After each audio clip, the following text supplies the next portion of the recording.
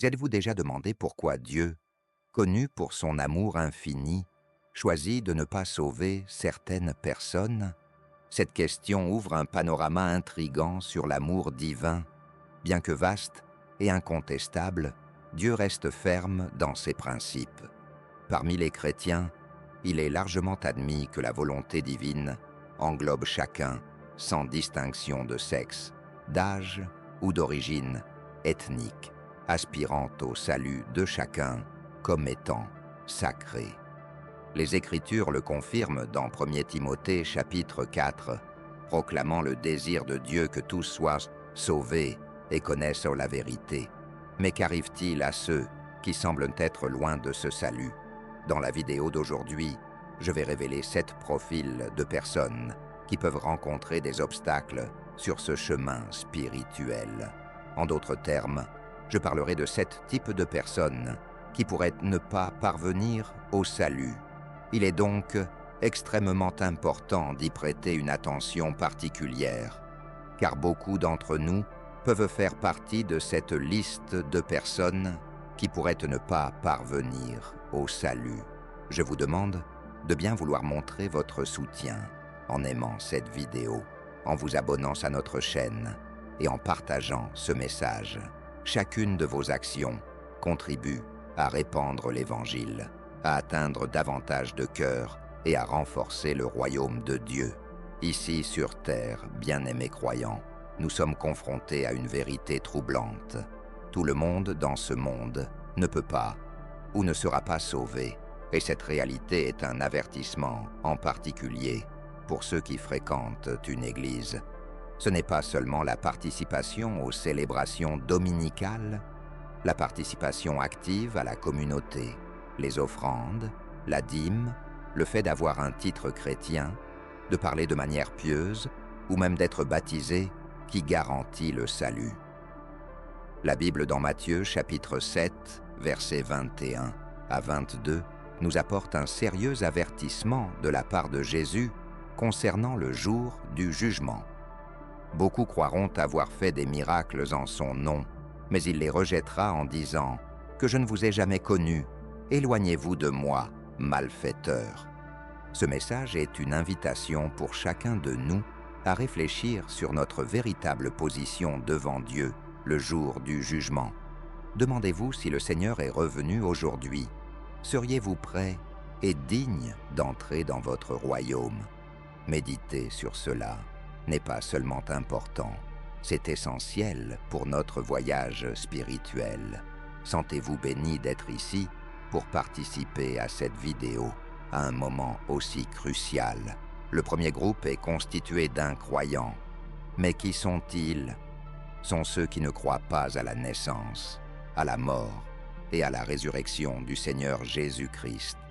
Selon la Bible, ces personnes ne peuvent pas obtenir le salut. Le seul chemin vers la rédemption est par la foi en Dieu. Sans cette croyance, personne ne peut être sauvé des péchés et de l'influence de Satan. Il n'y a pas d'autre moyen d'obtenir le salut que par la foi en Dieu et la croyance en son Fils Jésus-Christ. Dans l'évangile de Jean, chapitre 3, verset 16, la Bible dit que Dieu a tant aimé le monde qu'il a donné son Fils unique, afin que quiconque croit en lui ne périsse pas, mais ait la vie éternelle. Beaucoup peuvent sous-estimer la simplicité de ce plan de rédemption, et c'est pourquoi l'incrédulité est si dangereuse. Rien d'autre ne peut sauver une personne. Pas d'intelligence, d'argent, de beauté, ou même de famille ou d'amis.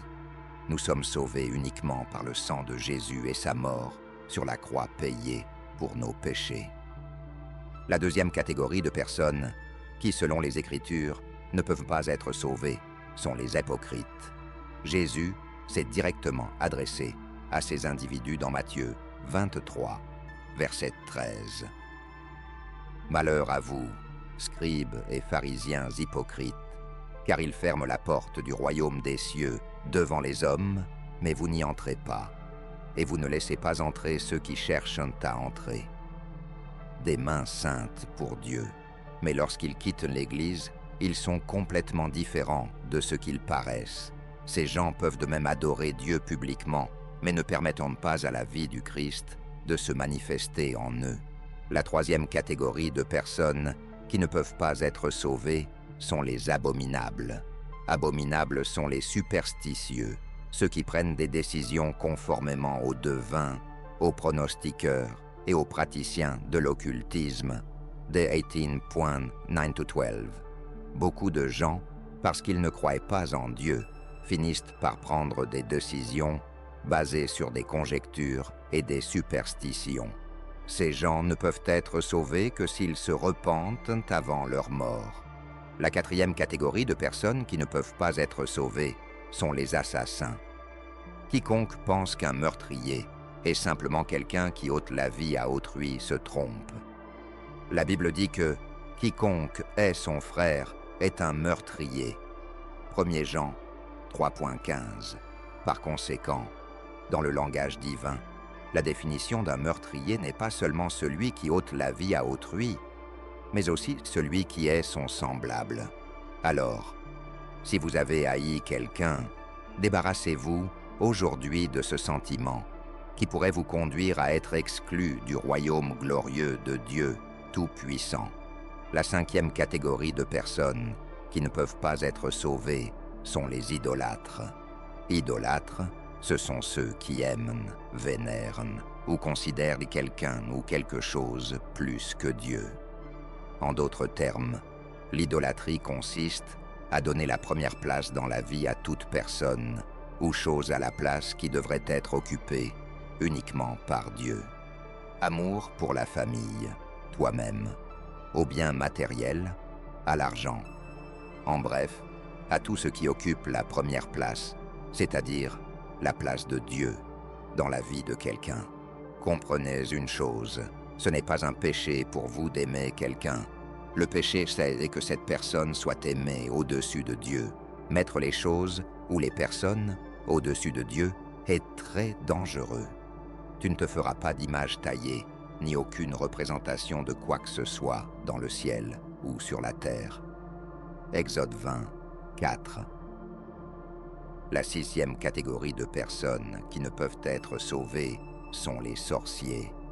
Sorciers, ce sont ceux qui commettent le péché de rébellion et pratiquent la sorcellerie. Tout type de présages, pratiques occultes, nécromancie, communication avec les morts, sympathie et croyance en tout ce qui n'est pas de Dieu. Il est également inclus dans les péchés de sorcellerie, la rébellion, car la rébellion est comme le péché de sorcellerie, et l'obstination est comme l'idolâtrie et le culte des idoles dans la maison. 1 Samuel 15:23. La septième catégorie de personnes qui ne peuvent pas être sauvées sont les menteurs. Les menteurs sont ceux qui déforment ou nient la vérité, y compris ceux qui essaient de paraître chrétiens devant les autres. Un mensonge est la déformation ou la dissimulation de la vérité dans l'intention de tromper. Dans la Bible, le mensonge est considéré comme contraire à la nature de Dieu, qui est la vérité. Jean 14, 6. Il est associé au péché et à l'influence du malin. Jean 8, 44. Ceux qui mentent manifestent une nature corrompue et une distance par rapport à Jésus, qui a besoin de transformation et de pardon. La Bible dit que le diable est le père du mensonge. Jean 8, 44. Lorsque nous mentons, nous déplaisons à notre Père céleste et adoptons le diable comme mentor ou guide, faisant ce qu'il veut. Un mensonge n'est jamais suffisant et il entraîne d'autres erreurs et problèmes. La profondeur appelle la profondeur.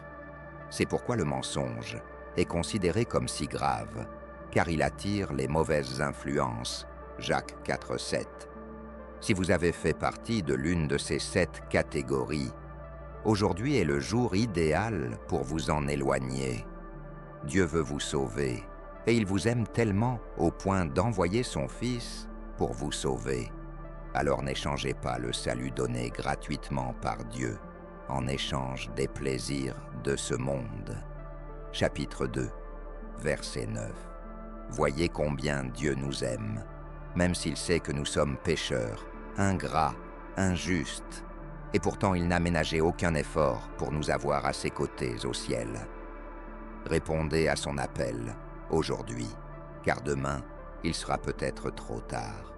Maintenant, écris dans les commentaires « Jésus, je veux être sauvé par toi aujourd'hui ». Et n'oubliez pas de laisser un like et de vous abonner à la chaîne. Que Dieu vous bénisse, ainsi que votre famille.